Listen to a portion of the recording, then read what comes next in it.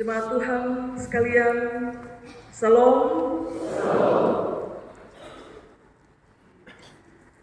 Badai di alam seringkali datang dalam bentuk 1, 2, atau 3 wajah. Tetapi badai kehidupan itu, dia seringkali datang dalam banyak wajah. Dia datang dalam wajah sakit, wajah kematian, wajah kehilangan, wajah kekurangan finansial banyak. Banyak wajah ditampilkan oleh badai kehidupan. Dan dia mau datang dalam wajah apapun, badai kehidupan itu menakutkan. Saat badai itu datang, kitalah yang memutuskan untuk datang kepada Yesus, ataukah tetap berdiam dengan pasif di tengah-tengah pusaran badai. Karena memang sesungguhnya tidak ada seorang pun yang benar-benar siap untuk menghadapi badai kehidupan. Saudara, berikut kita pagi ini tertulis Yesus berjalan di atas air. Benar ya Bapak Mama? Coba Bapak Mama lihat Bapak Mama Alkitab. Perikop itu Yesus berjalan di atas air ya. Terjemahan jilid 1 maupun 2 sama ya. Yesus berjalan di atas air. Tapi saudara perhatikan narasi yang kemudian termuat di sepanjang uraian perikop itu, bahwa malam itu di tengah badai bukan hanya Yesus yang berjalan di atas air, Petrus juga. Sejarah di Danau Galilea mencatat bahwa Petrus juga berjalan di atas air, meskipun hanya beberapa saat sebelum akhirnya dia mulai tenggelam karena dia ketakutan. Ya. Saudara, ketika Petrus datang kepada Yesus, badai itu masih berlangsung. Maka perjalanan dari perahu menuju ke Yesus itu adalah perjalanan di tengah badai. Dari perahu sampai ke Yesus itu perjalanan di tengah badai. Kalau saudara pikir itu perjalanan yang mudah karena dijalani oleh Petrus dengan kekuatan imannya, maka saya mau bilang kepada saudara bahwa iman itu seringkali memilih jalan yang tidak mudah untuk dilewati. Bukan untuk membuatmu jatuh atau juga tenggelam, tapi untuk menguji sekuat apa hatimu tetap berpaut kepada Tuhan yang sementara saudara datangi. Berjalan di tengah badai itu bukanlah suatu perjalanan yang mudah. Dan Bapak Mama bisa mengaminkan itu. Berjalan di tengah badai kehidupan itu bukan perjalanan yang mudah. Tetapi iman seringkali memilih untuk berjalan di situ. Karena perjalanan itu adalah perjalanan menuju Yesus. Malam itu, iman Petrus memilih untuk berjalan di atas air di tengah badai yang sementara bergelora. Bagi saya itu bukan sekedar pembuktian diri sebagai yang paling beriman di antara para penumpang. Sebab fakta menunjukkan bahwa di tengah perjalanan Petrus tenggelam. Itu bukan sekedar pembuktian diri sebagai yang paling beriman di antara yang lain yang sedang berteriak-teriak karena ketakutan. Dia datang kepada Yesus justru untuk membuktikan bahwa benar sosok itu adalah Yesus dan bukan hantu. Karena dia bilang malam itu, ya, Tuhan, apabila itu Engkau, suruhlah aku datang kepadamu. Saudara-saudari yang terkasih dalam Kristus, Petrus gagal sampai kepada Yesus. Dia gagal. Tapi lihat saudara, Yesus tidak gagal untuk sampai kepada Petrus yang mulai tenggelam itu. Petrus gagal untuk mengulurkan tangannya kepada Yesus saat mereka berjumpa. Sesudah ia berjalan dengan beraninya di atas air, dia gagal karena dia keburu tenggelam sebelum sampai.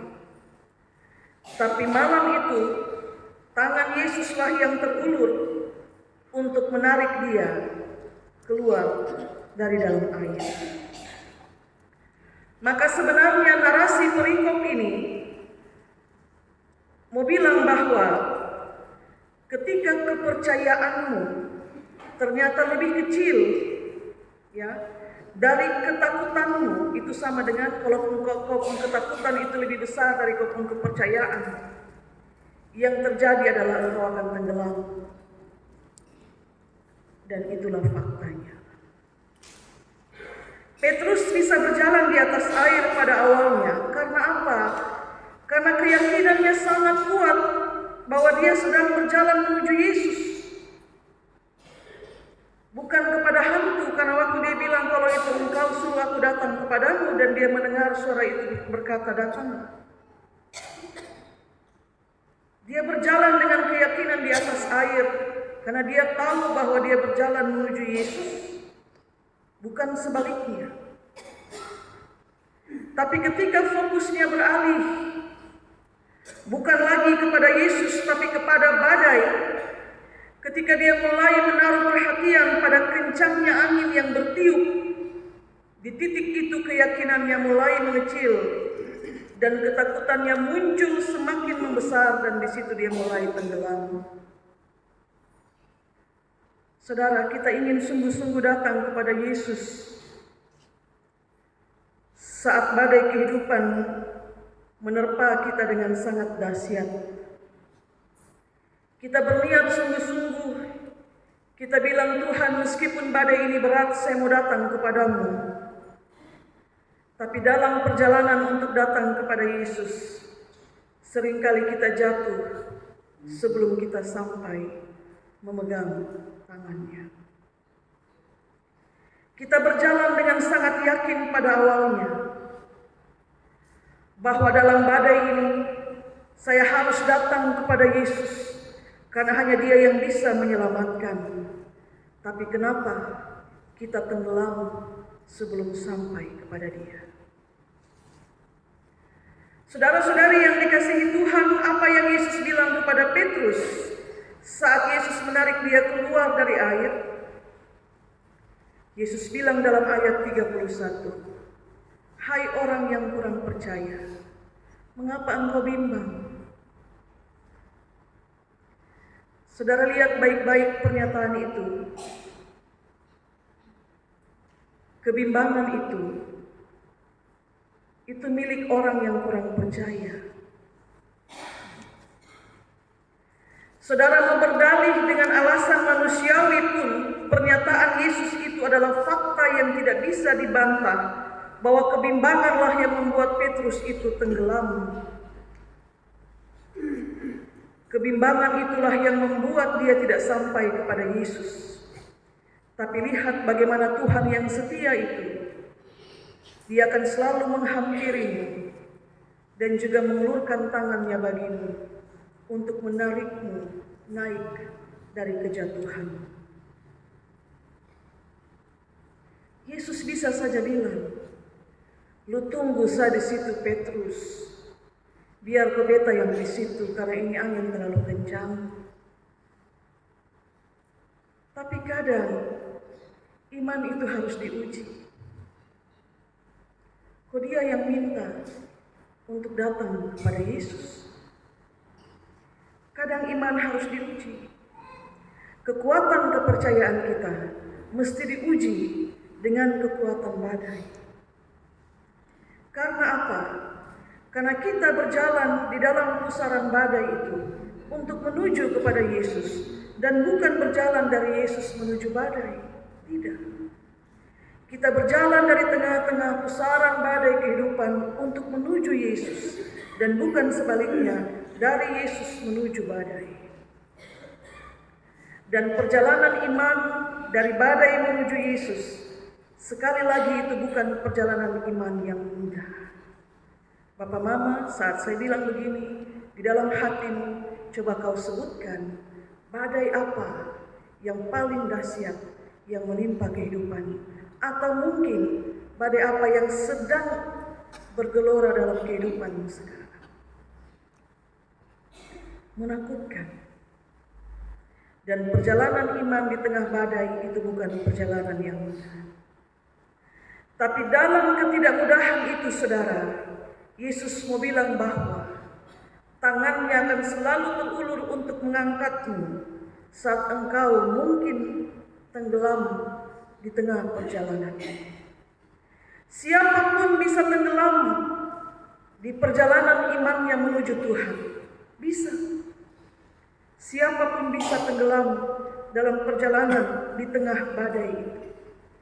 Dan kisah tenggelamnya Petrus mau kasih kita peringatan untuk dua hal.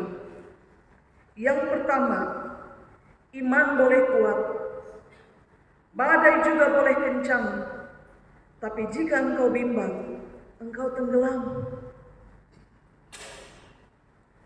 Dan peringatan yang kedua adalah, ketika engkau menjadi kurang percaya, karena fokusmu teralihkan dari Yesus yang harus kau tuju, beralih kepada angin yang sementara bertiup. Ingatlah bahwa Yesus akan datang menghampirimu dan mengulurkan tangannya untuk menarikmu keluar dari air, membawamu kembali ke perahu, dan meredakan badai itu. Jadi menarik Bapak Mama kita bawa cerita ini dalam konteks kehidupan kita. Bahwa saya dan saudara bisa saja tenggelam saat kita dalam perjalanan menuju Yesus. Saat kita berjalan dengan iman di tengah badai, bisa kita tenggelam.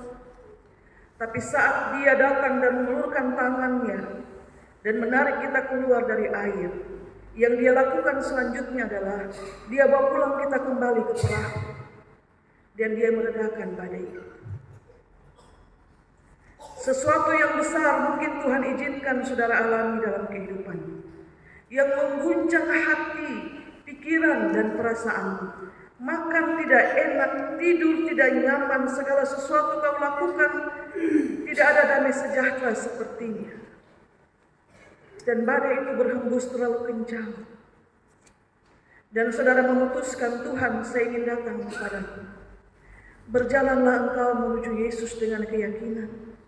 Tapi bisa jadi dalam perjalanan itu kembali datang angin itu yang kemudian mengganggu lagi pikiran dan perasaanmu, membuat engkau yakin apakah Tuhan itu benar ada di sana.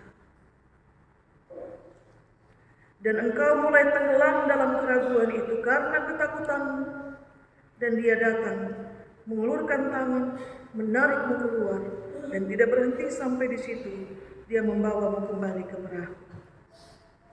Maka sekarang saudara, pulang dan renungkan berapa kali saya dan saudara tenggelam dalam perjalanan kita menuju Yesus.